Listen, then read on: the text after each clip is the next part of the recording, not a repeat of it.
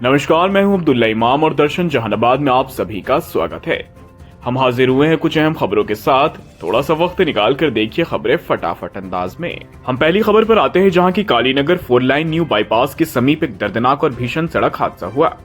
इस हादसे में 2 ट्रक आमने सामने टकराए और इस घटना में एक व्यक्ति की मौत हो गई, जबकि 2 लोग गंभीर रूप से घायल हुए, जिन्हें इलाज के लिए सदर अस्पताल लाया गया।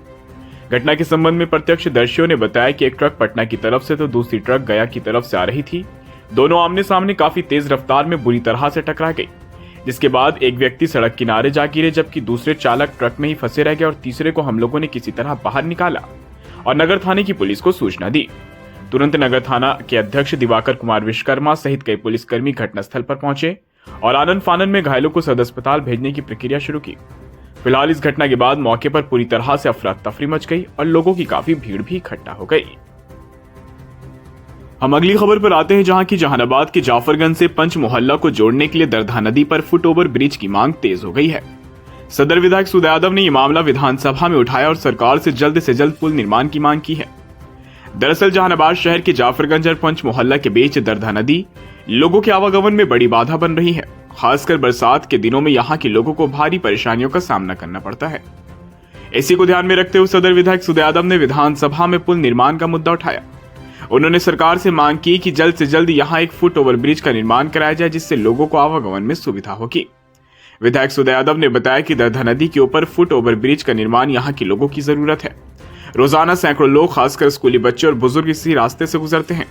हम सरकार से मांग करते हैं कि इस पर जल्द से जल्द कार्रवाई हो। स्थानीय लोगों ने भी इस पुल की जरूरत पर जोर दिया है और सरकार से शीघ्र निर्माण की मांग की है। अब देखना यह होगा कि सरकार इस मुद्दे पर क्या कदम उठाती है। हम अगली खबर पर आते हैं, जहां की जहानाबाद से एक महिला को अगवा कर उनके साथ लूटपाट करने की एक घटना सामने आई है, जिसके बाद से लोगों में तो ये चर्चा का विषय बना ही हुआ है। इसके साथ ही पुलिस प्रशासन के सामने भी ये चैलेंज खड़ा हो गया है और यह भी सवाल खड़े होते हैं कि क्या पुलिस प्रशासन की ये नाकामी है कि महिला को पहले अगवा किया जाता है, उसके बाद उनके साथ लूटपाट की घटना कर उन्हें घायल अवस्था में सड़क किनारे फेंक दिया जाता है। दरअसल पूरा मामला यह है कि मुस्सी गांव की रहने वाली एक महिला टेंटा से अपने गांव जा रही थी। इसी बीच 3 से 4 की संख्या में युवक आए और उनसे छिनताई करने लगे। इसी बीच किसी ने उन्हें रुमाल में कुछ केमिकल डालकर उनके मुंह को बंद कर दिया और गाड़ी में बिठा लिया। महिला बेहोश हुई और जब महिला को होश आया तो वे बौरी बंसी बिघा पुल के समीप घायल अवस्था में गिरी हुई थी, जिसके बाद किसी तरह सड़क पर वे आई और लोगों से मदद की गुहार लगाई। तभी लोगों ने मदद करते हुए पुलिस को सूचना दी और फिर महिला को घायल अवस्था में इलाज के लिए अस्पताल लाया गया, जहां डॉक्टरों की देखरेख में महिला का इलाज किया गया।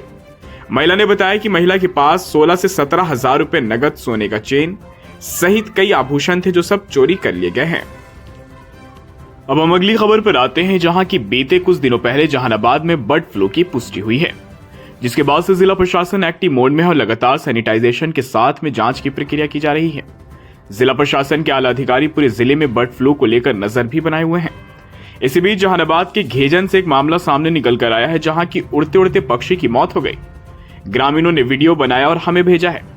इस वीडियो में ग्रामीण बता रहे हैं कि एक पक्षी अचानक से आसमान से नीचे गिर गया। हम लोग दौड़े दौड़े मौके पर इसे पानी पिलाने की कोशिश करने आए तो ये पक्षी की जान तब तक जा चुकी थी और इसकी मौत हो गई।